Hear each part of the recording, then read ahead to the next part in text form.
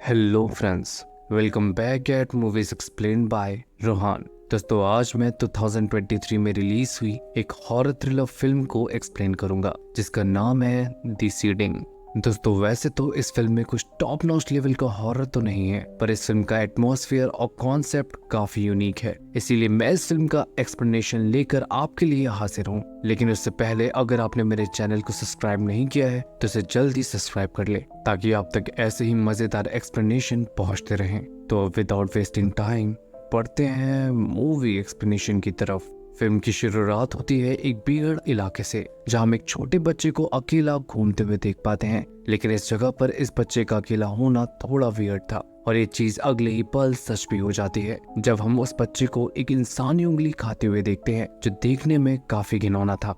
अगले सीन में हम विंदम स्टोन नाम के एक आदमी को इस इलाके में आता हुआ देख पाते हैं, जिसे अब से हम स्टोन कहकर एड्रेस करेंगे। स्टोन के बारे में हमें पता चलता है कि वो प्रोफेशनली एक फोटोग्राफर है और आज एक्लिप्स की तस्वीर लेने यहाँ आया था। कुछ ही देर में स्टोन अपना काम पूरा कर लेता है और अपनी कार की तरफ बढ़ने लगता है, पर कुछ ही दूर चलने पर रास्ते में उसे एक छोटा लड़का दिखता है, जो स्टोन को बताता है कि उसके पेरेंट्स इस इलाके में कहीं खो गए हैं। स्टोन उस लड़की की मदद करने के लिए उसे उसके साथ चलने के लिए कहता है, पर वो लड़का उसकी बात सुने बिना ही अपोजिट डायरेक्शन में बढ़ने लगता है। स्टोन इस बिहड़ इलाके में उस लड़के को अकेला छोड़ना नहीं चाहता था, तो वो भी उसके पीछे जाने लगता है।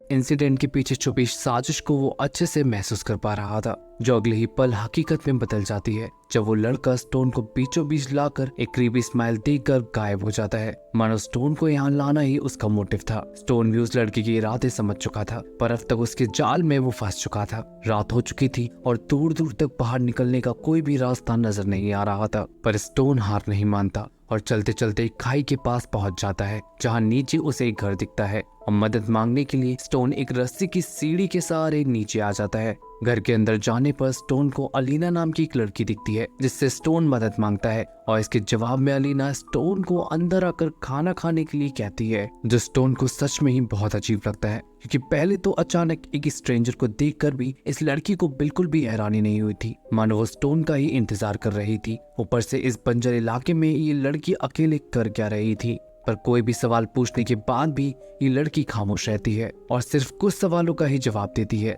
स्टोन अलीना से यहाँ से निकलने का रास्ता पूछता है, पर इस पर अलीना उसे आज रात ही रुकने के लिए कहती है। स्टोन को कुछ ठीक तो नहीं लगता, पर फिर भी वो रात गुजारने का डिसाइड करता है। यानी सच में ये आदमी सस्ते नशे करके बैठा था, जो कुछ देख ही नहीं पा रहा था। एक बार भरोसा करने का नतीजा उसके सामने था और फिर से वही गलती वो दोहरा रहा था, पर इसका खामियाजा उसे जल्दी भुगतना पड़ता है। सुबह वापस लौटते वक्त उसके पैरों तले जमीन खिसक जाती है, क्योंकि जिस सीढ़ी से वो यहाँ आया था वो अब तक गायब हो चुकी थी और बाहर निकलने का और कोई रास्ता नहीं दिख रहा था। स्टोन अलीना से उस सीढ़ी के बारे में पूछता है, जिसके जवाब में अलीना कहती है कि कभी कभी वो लोग सीढ़ी ले जाते हैं। अब अलीना किन लोगों के बारे में बात कर रही थी उसका स्टोन को कोई भी आइडिया नहीं था, और पूछने पर अलीना इस बार भी खामोश रहती है। होना हो इस लड़की के साथ भी कुछ तो गड़बड़ थी। अब पूरा एक दिन इंतजार करने के बाद भी जब सीढ़ी वापस नहीं आती, तो स्टोन खुद ही उन ऊंची चट्टानों पर एक हथौड़े के सहारे चढ़ने की कोशिश करता है और समहाउ कामयाब भी हो जाता है।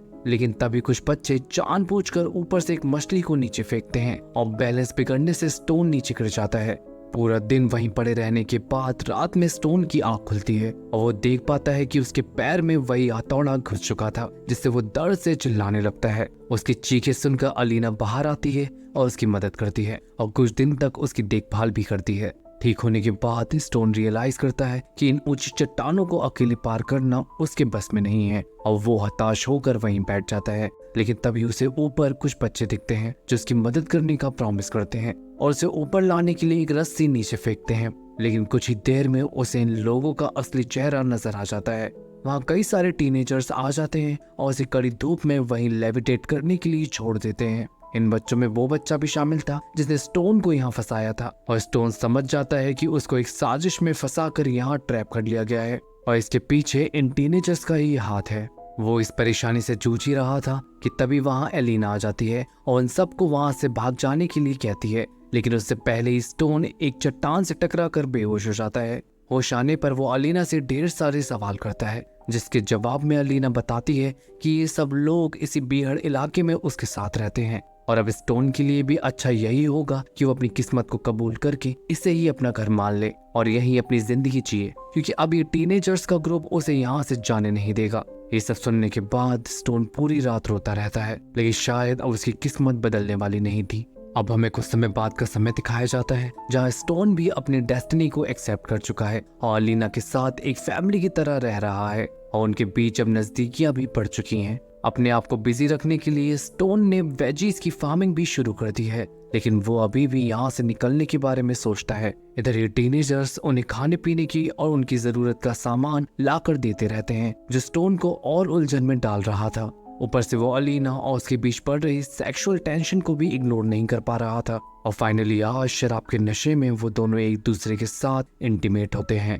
इधर अब जैसे जैसे दिन बीतते जा रहे थे वैसे वैसे स्टोन की उम्मीदें टूटती जा रही थी, लेकिन आज उसकी उम्मीदों को नया बूस्ट मिलता है। उसी ग्रुप का एक छोटा लड़का स्टोन को अपने पढ़ने के शौक के बारे में बताता है और स्टोन उससे प्रॉमिस करता है कि अगर वो यहाँ से उसे निकलने में मदद करेगा तो वो उसे अपने साथ ले जाएगा। उनकी ये बातें चली रही थी कि तभी वहाँ एक और लड़का आ जाता है और वो उस छोटे लड़की को वहाँ से ले जाता है। इधर स्टोन को यहाँ एक रिंग और कार कीज मिलती है, जिससे क्लियर था कि उससे पहले भी कई लोग इसी सिचुएशन से गुजरे हैं, पर ना जाने उनके साथ क्या हुआ होगा। उसी दिन रात में डिनर करते वक्त अलीना स्टोन को बताती है कि वो प्रेग्नेंट है और ये स्टोन का ही बच्चा है। ये सुनने के बाद तो स्टोन काफी नाराज होता है और अलीना पर काफी चिल्लाता भी है, पर एट लास्ट वो अब कुछ नहीं कर सकते थे। उसी रात हम उन टीनेजर्स को खून से लथपथ हालत में एक रिचुअल परफॉर्म करते हुए देख पाते हैं और ये रिचुअल किसके लिए किया जा रहा था उसके बारे में हमें अगले दिन अलीना की चीखों के साथ पता लगता है, जब हम उस लड़की की लाश को लटका हुआ देखते हैं जिसने स्टोन की मदद करने की कोशिश की थी। एक्चुअली उस दिन उस बड़े लड़के ने स्टोन और उस लड़की की बातें सुननी होंगी, इसीलिए उसे मौत के घाट उतार दिया गया। स्टोन इस इंसिडेंट से तो शॉक था ही, ऊपर से उसे एक और बड़ा झटका लगता है जब वो अलीना को ये कहकर रोते हुए देखता है कि उसकी वजह से ही उसके बेटे को इन सब ने मार दिया। स्टोन की वजह से ही भाइयों ने अपने ही भाई को मार दिया, यानी ये सब टीनेजर्स अलीना के ही बच्चे थे। अब दोस्तों आपके मन में इन चीजों को लेकर कई सवाल होंगे कि ये कैसे पॉसिबल है और यहाँ क्या चल रहा है, तो इन सब सवालों के जवाब मैं आपको फिल्म के एंड में दूंगा। तब तक के लिए मैं एक्सप्लेनेशन को कंटिन्यू रखता हूँ। इधर अलीना काफी अग्रेसिव हो जाती है और स्टोन को मार मार कर बेहोश कर देती है। अब हमें 9 महीने बाद का समय दिखाया जाता है और हम स्टोन को जानवर की तरह एक पिंजरे में बंद देखते हैं, जो पिछले 9 महीनों से इसी कैद में था। स्टोन को भी समझ आ गया था कि अलीना ने सिर्फ उसका इस्तेमाल किया है एक और बच्चे को इस नर्क का हिस्सा बनाने के लिए, और अब स्टोन का यहाँ से बाहर निकलना नामुमकिन है। ऊपर से अलीना ने भी उसे रिस्पॉन्ड करना बंद कर दिया है, जिससे स्टोन की हालत और भी खराब होती जा रही है। अब सिर्फ अपने पुराने दिनों को याद करके समय बिताना ही यही एक ऑप्शन रह गया था, पर आज फिर उगता सूरज उसके लिए एक नई उम्मीद लाता है। उसे चट्टानों के ऊपर एक लड़की दिखती है जिससे वो मदद मांगता है और पुलिस को बुलाने के लिए कहता है, पर वो लड़की कुछ कर पाती उससे पहले ही ये टीनेजर्स उसकी भी जान ले लेते हैं और एक बार फिर स्टोन की उम्मीद टूट जाती है। इधर पिंजरे में बंद स्टोन पागल होता जा रहा था और उधर अलीना का भी प्रेगनेंसी पीरियड ऑलमोस्ट पूरा हो गया था, इसीलिए स्टोन अलीना के साथ नेगोशिएट करने का ट्राई करता है। वो अलीना को अपने आप को सौंप देने का वादा करता है और अलीना को सपोर्ट करने का प्रॉमिस भी करता है, एज अलीना ये प्रेगनेंसी अकेले मैनेज नहीं कर पाएगी। पर अलीना उसे साफ साफ मना कर देती है और कहती है कि उसने पहले भी ये सब मैनेज किया है और इस बार भी कर लेगी। अब अगले ही दिन उन सभी का इंतजार खत्म होता है। अलीना का लेबर पेन शुरू हो जाता है और वो स्टोन को आजाद कर उससे मदद मांगती है, लेकिन तभी वो अपने सामने एक सीढ़ी को देखता है जिससे वो भाग सकता था और वो ऐसा ही करता है, पर वो यहाँ से निकल पाता। उतने में ही अलीना एक बेबी गर्ल को जन्म देती है और उसकी आवाज सुन स्टोन अपना डिसीजन बदल देता है एंड अलीना और अपनी बेटी के साथ अपनी फैमिली बनाने का डिसाइड करता है। लेकिन आज भी उसने अपना डिसीजन लेने में गलती कर दी थी। अलीना स्टोन को उसके एफर्ट्स के लिए थैंक्स बोलती है, पर स्टोन को समझ पाता उससे पहले ही वो लड़के उसका गला काट कर उसकी जान ले लेते हैं और यहाँ स्टोन की कहानी वैसे ही खत्म हो जाती है जैसे बाकी विक्टिम्स की हुई थी। एट द एंडिंग सीन हम अलीना को उसकी बेटी के साथ देखते हैं, अलीना के सुकून को भी, क्योंकि अब अलीना का काम यहाँ खत्म हो चुका था और अब उसकी बेटी बड़ी होकर उसकी सक्सेसर बनेगी और अपनी माँ की तरह इस खूनी खेल को जारी रखेगी। और इसी के साथ ये फिल्म यहीं एंड हो जाती है।